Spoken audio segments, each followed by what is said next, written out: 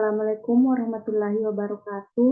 Perkenalkan, nama saya Nurjadatul Fiza dengan NIM L0212011051, salah satu peserta dari mata kuliah Rehabilitasi dan Pemanfaatan Sumber Daya Perairan dari Prodi Manajemen Sumber Daya Perairan Fakultas Ilmu Kelautan dan Perikanan Universitas Hasanuddin. Pada kali ini saya akan membahas mengenai rehabilitasi ekosistem Padang Lamun.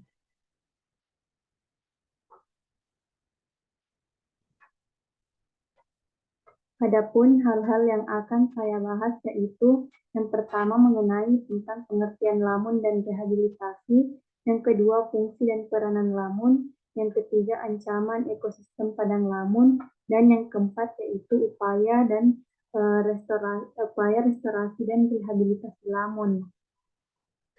Langsung saja, yang pertama yaitu pengertian lamun dan rehabilitasi. Jadi, lamun merupakan tumbuhan air berbunga yang mempunyai kemampuan adaptasi untuk hidup pada lingkungan laut. Lamun tumbuh di daerah terbuka pasang surut dan perairan pantai atau goba yang dasarnya berlumpur, pasir, kerikil, dan patahan karang mati dengan kedalaman 4 meter. Tumbuh pada dasar laut yang terkena cahaya matahari dan di seluruh dunia diperkirakan terdapat sebanyak 55 jenis lamun, di mana di Indonesia ditemukan sekitar 12 jenis lamun yang dominan.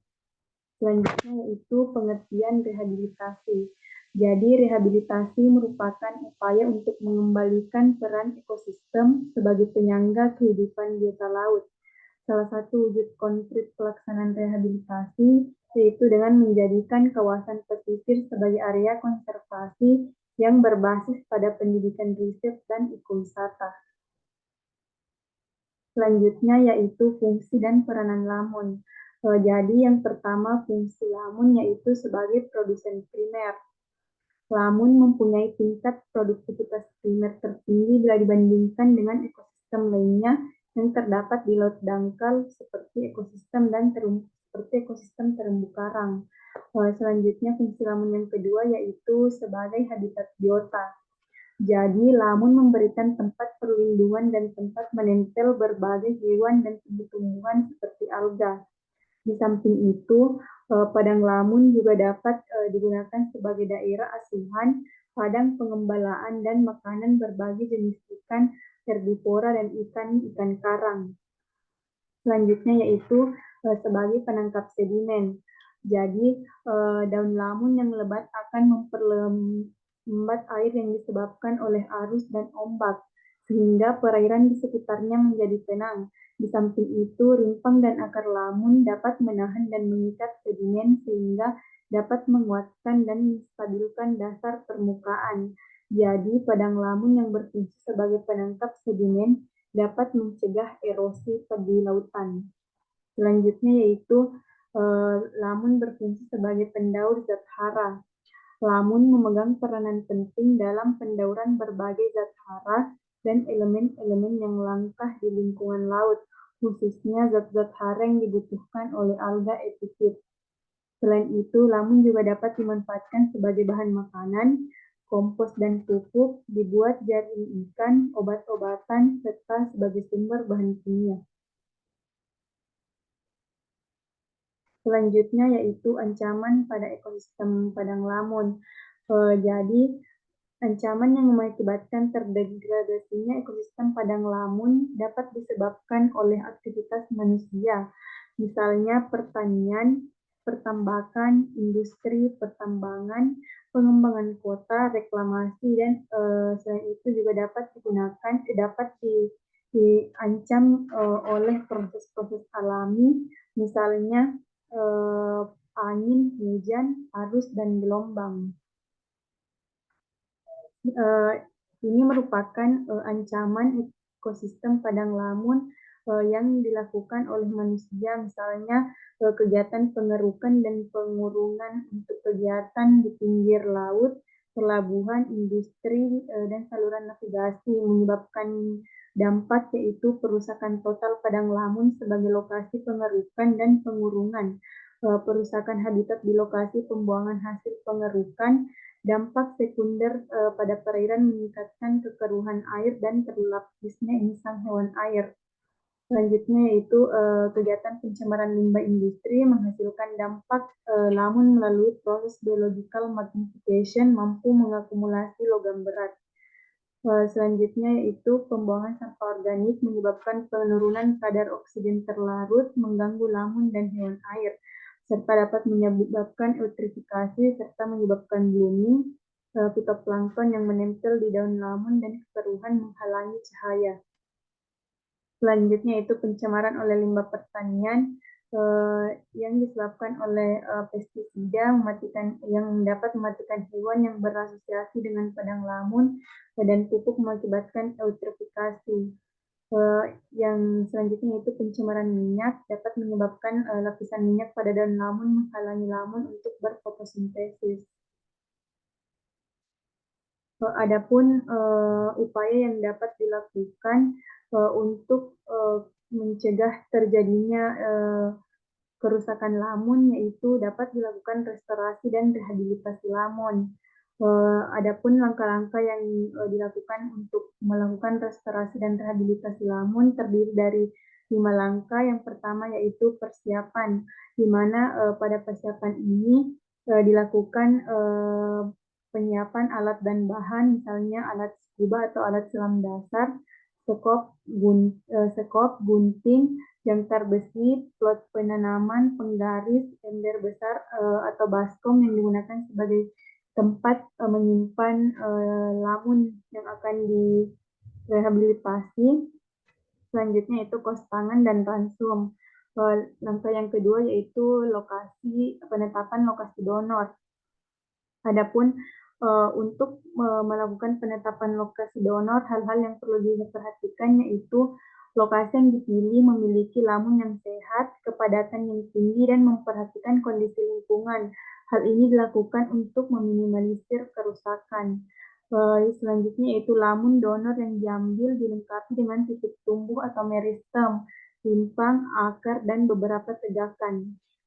Selanjutnya yang dilakukan yaitu penyeleksian lokasi penerima donor atau area transplantasi lamun. Hal-hal yang perlu diperhatikan yaitu penetapan jenis lamun yang akan ditransplantasi mengacu pada sejarah keberadaan lamun pada area tersebut. Selanjutnya memperhatikan kondisi sekitar, apakah tidak termasuk area lalu lintas, transportasi atau tempat lalu lalang kapal. Selanjutnya yaitu memperhatikan kondisi perairan, apakah cocok atau tidak cocok untuk pertumbuhan lamun. Selanjutnya yaitu pelaksanaan transplantasi lamun. Pelaksanaan transplantasi lamun dapat dilakukan dengan beberapa metode. Metode tersebut akan dibahas selanjutnya. Adapun langkah terakhir yaitu monitoring kesuksesan transplantasi lamun. Hal-hal yang dilakukan dalam monitoring yaitu menentukan kesuksesan transplantasi lamun dengan menghitung tingkat kelangsungan hidup lamun. Selanjutnya yaitu luasan area yang terbentuk dan apakah pada daerah tersebut telah kembali fungsi ekosistem, misalnya sebagai tempat habitat biota. Adapun metode-metode yang dapat digunakan dalam restorasi dan rehabilitasi lamun terdiri dari 4 metode. Yang pertama yaitu metode plug, yaitu pengambilan bibit tanaman dengan patok paralon dan tanaman dipindahkan dengan substratnya. Metode yang kedua yaitu metode split, yaitu pengambilan bibit tanaman dengan pisau atau parang dan ditransplantasi tanpa substratnya. Selanjutnya yang ketiga yaitu metode pembibitan atau pembenihan. Metode ini dilakukan dengan menanam biji lamun. Selanjutnya yaitu yang keempat metode frame, di mana metode ini merupakan metode yang digunakan yaitu material lamun yang akan ditransplantasi dikaitkan dengan tali plastik pada dasar bingkai logam atau metal frame, ataupun dapat menggunakan bambu. Ini merupakan penjelasan secara jelas mengenai metode plug. di mana pluk merupakan metode transplantasi dengan cara memindahkan tanaman lamun lengkap dengan akar dan rizomania serta sedimen.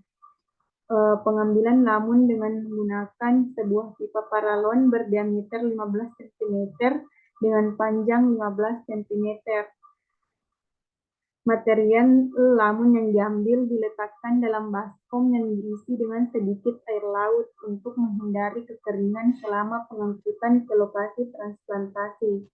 Dan material lamun tersebut ditanam secepat mungkin dalam kurun waktu kurang dari 1 jam setelah pengambilan. Selanjutnya yaitu material lamun yang digunakan berdiameter 15-20 cm, ditanam pada kedalaman kurang lebih 45 cm. Ukuran plot dari metode ini yaitu 0,5 kali 0,5 meter. Adapun kekurangan dari metode ini yaitu tidak tersedia perlindungan awal bagi lamun, misalnya melindungi dari pergerakan air, sehingga lamun yang ditanam pada metode ini dapat hanyut. Selanjutnya yaitu metode ini hanya cocok untuk perairan tenang karena tidak memiliki perlindungan apabila penanaman lamun tersebut. Adapun hal yang perlu diperhatikan yaitu untuk menghindari kerusakan yang permanen dari padang lamun donor, maka pengambilan tanaman dengan pluk jangan terlalu dekat dengan yang lain. Jarak satu sama lain bervariasi antara 0,5 sampai 1,01 meter.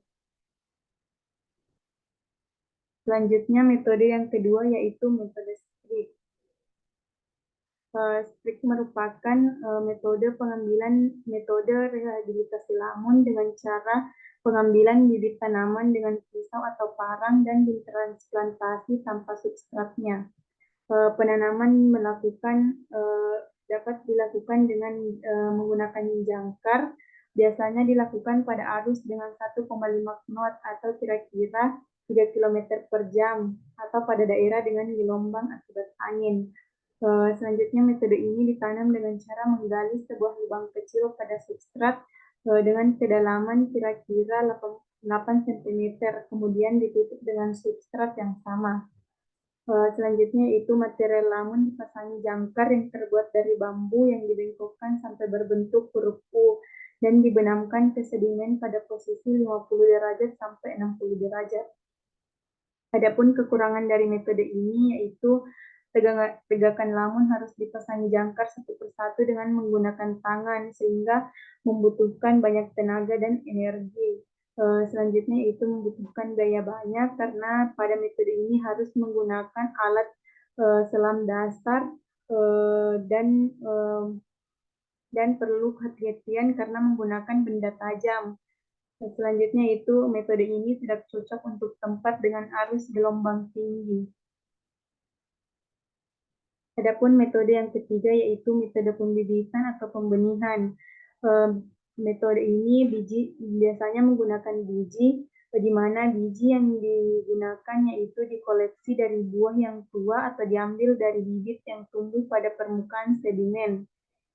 Untuk memanennya, buah dipotong dari tangkainya dan dipecah, maka kelihatan 4 atau 5 biji. Selanjutnya, benih segera ditanam dan disiram air laut yang mengalir. Adapun hal yang perlu diperhatikan apabila menggunakan metode ini yaitu sampai saat ini pengetahuan teknik untuk pembenihan masih sangat sedikit sehingga penanaman dengan biji tidak direkomendasikan untuk penanaman lamun. Hal ini juga berkaitan dengan biji yang kurang sukses untuk jenis lamun ini. Selanjutnya, secara umum biji atau benih lamun sangat kecil dan mudah terbawa air serta kecepatan perkecambahan sangat rendah, sehingga metode ini kurang direkomendasikan untuk digunakan karena belum terlalu banyak digunakan oleh peneliti-peneliti dan belum diketahui bagaimana hasil dari penggunaan metode ini. Selanjutnya yaitu metode frame. Metode frame yaitu material lamun atau transplantasi yang akan ditransplantasi dikatkan dengan tali plastik pada dasar bingkai logam atau metal frame, atau dapat juga menggunakan bambu. Pengambilan material lamun dilakukan dengan tangan, kemudian ditransplantasi tanpa substrat. Material lamun yang akan ditransplantasi dikaitkan dengan tali plastik pada dasar bingkai logam atau metal frame, ataupun bambu yang berukuran 0,6 kali 0,6 meter yang dibagi dalam 144 grid berbujur sangkar berukuran 5 kali 5 cm. Bingkai beserta material lamun kemudian diturunkan ke dasar perairan. Setiap bingkai terdiri dari 25 unit material tanaman. Material lamun harus diangkat dari lokasi donor setelah material mulai tumbuh ke lokasi transplantasi. Ini merupakan contoh frame yang digunakan pada metode ini. Adapun hal yang perlu diperhatikan dari metode ini yaitu metode ini cocok untuk perairan yang dalam atau daerah subsidal. Selanjutnya tidak membutuhkan daya banyak dan umumnya metode ini berhasil digunakan. Ini merupakan contoh dari penggunaan metode frame pada rehabilitasi lamun. Selanjutnya, ini merupakan hasil restorasi dan rehabilitasi lamun yang pernah dilakukan di perairan Indonesia. Dari gambar ini merupakan hasil dari transplantasi lamun menggunakan 3 metode di perairan Indonesia. Dapat dilihat bahwa tingkat kelangsungan hidup lamun setelah 1 bulan penanaman yang ditanam pada bulan September yang ditanam pada bulan Agustus cukup bervariasi, yaitu masing-masing 55% yang 85% yang ditransplantasi dengan metode plug dan sprig, sedangkan 99% yang ditransplantasi dengan metode frame. Ini hasilnya dapat dilihat pada bulan September, yaitu 85% untuk metode plug dan sprig atau staple dan 99% untuk metode frame.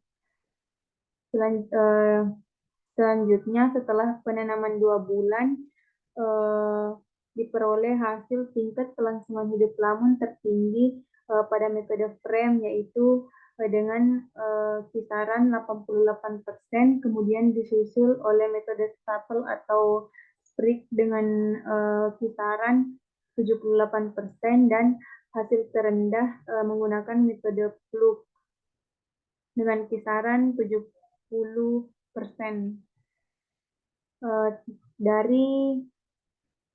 Dari rehabilitasi ini dapat digolongkan sebagai rehabilitasi lamun yang berhasil karena masing-masing tingkat kelangsungan hidup yang diperoleh melebihi dari 60%.